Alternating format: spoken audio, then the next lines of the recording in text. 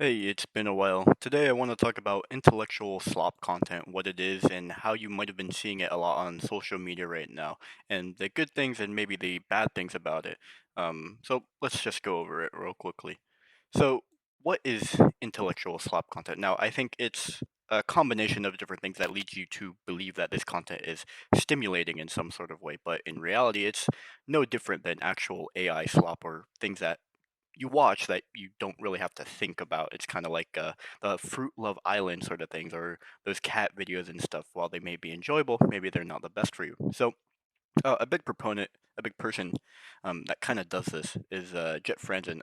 He kind of started this whole thing where he takes a lot of different philosophy quotes, or he takes very abstract ideas and makes it seem like this whole big ordeal. And it's really just content that seems intelligent, but in reality, it's just surface level philosophy and lessons that Aristotle, Plato, and things that were taught way back when, and they kind of just mesh them together into a format that's optimized for engagement rather than you actually learning. And so, as a result of this, I think you kind of tend to learn over here in the presentation. I have you kind of consume all of these summaries, but you don't really understand what is going on. Or it's the same thing with being motivated, right? You don't get motivated by learning a bunch of different quotes and continuously telling yourself over and over every single day. You become motivated by an intrinsic drive in yourself to want to achieve something or whatever motivates you, right? Usually they are goals, right? And so oftentimes that you will see some of these videos, they have like the four panes, right? So it's like four images, one in each corner, and then in some very specific or niche sort of topic that they're going to talk about that leads you to believe, oh, this is something that might be beneficial to myself. And so, yeah, Jeff Frinzen has a lot of videos that are kind of like this, that are very short, niche sort of videos. And so often they will start out on social media saying, 99% of people, or 10 out of 10 niches, something niches or male hobbies, or something that leads you to believe that this information is scarce, right? This information is something that is going to benefit me in the long term. And in reality, a lot of the information, a lot of the times, is not rare, right? It's something that you just don't know, that you haven't sought out for. And so as a result, you are led to believe essentially that, oh, this information is rare since I have never heard of it, or why didn't I think of this?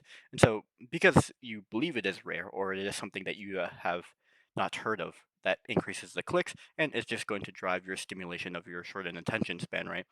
Um, and so, yeah, the whole thing is basically the belief of change, the belief you can change, or the belief that you can become better in some sort of way by obtaining this information is basically what drives you to continue to watch throughout the whole video. And so basically, listening does not mean understanding, and understanding the information does not equal change, right? It's sort of you take the information, um, whatever it is that they're talking about, and you convert that into something positive. But the action of listening or understanding this information, because specifically because it is scarce, will not benefit you, right? Something, the information could be quote unquote, let's say some information in a video is scarce. Let's take, for example, 10 out of 10 male hobbies, right? Let's say you are an average person, and I'm just gonna go hop over to this example that I have over here right now, because this is like a big one that people do, right? Let's say I have these sort of hobbies. This is my normal hobby box over here, right? Um, let's say I like scuba diving, drumming, kickboxing, and Pokemon, right? These are things that somebody could enjoy, but you wouldn't necessarily say that these are niche in any sort of way, right? Because they are not out of the box, right? They are not something that like any average person could do this, so people would consider it like, oh, we associate some sort of thing that is outside of this box to be extremely niche, and therefore it is positive or beneficial, and that's sort of like the information scarcity, right? But simply because I have these sort of hobbies, they don't have to be niche or unique in any sort of way. If I enjoy them, right? But in our society right now, especially among Gen Z, we have the need to feel different and supported by other people for doing things that are different, right? Because the whole thing, it's like, you work the 9 to 5. No, I'm going to do that. I'm going to drop out and do a startup. Things along those lines, right? Doing things that are outside of the box are considered cool in our generation, and because things are cool in that sense, we tend to think that information that is scarce or niche things tend to make us more popular, but that is not necessarily the case. There are tons of people with general hobbies such as these, which are good people. I don't know. It's just there's not really a difference between somebody being extremely niche, except for the self appreciation that you get for yourself, because you feel good about yourself when you say this, right? Making yourself more unique in that sort of sense because you get the self satisfaction and the benefit from other people saying, "Oh my God, you're so cool." It's like, "Wow, I wish I could do that," sort of thing. And so you really need to sit down and think, is this something that is truly niche that I niche that I enjoy, or is it just something that I enjoy because I enjoy doing it, right? And so that's kind of like the living the true desires versus like being fake, right? If I really hated soccer, but I continued to play soccer because it was niche and it was not a lot of people did it. Um, but I hated soccer. I'm just being fake. I'm not really enjoying what I'm doing. I'm simply just doing it for the self satisfaction that I get um, from I don't know, just playing the sport, but I'm just not enjoying it. So yeah, this kind of is derived from the principle of scarcity. I think in economic theory, it basically goes when resources are limited while humans' wants are unlimited. This requires a choice about how do you allocate these scarce resources. And so you can choose to allocate this sort of resource of a niche hobby into your arsenal, but whether you like it or not, um, you must choose for yourself. If you like it, continue to do it. But if you like it, or if you dislike it and you continue to do it, why are you doing it in this sort of way? 99% of the time, it's for the satisfaction of other people.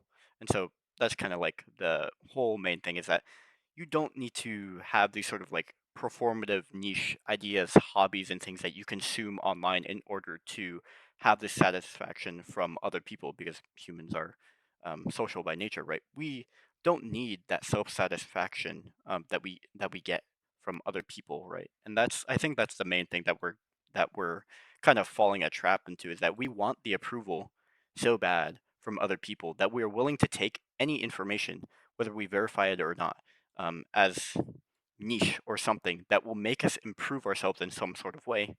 Um, and so by consuming this online content over and over, we tend to think, oh, these things must be niche or unique. Another quote is like ball knowledge, right? This ball knowledge sort of thing. We want to be unique. We want to be considered something that is better than other people, right? Um, the last thing that I want to go through is the presentation, right? The presentation is extremely important for these videos because they want to make it feel as if you are watching something that is intellectually stimulating and something that is not brain rot or slop in some sort of way. And so the main goal of these videos, just like with any video and people trying to convert, people trying to do business, is that it wants to manage your attention.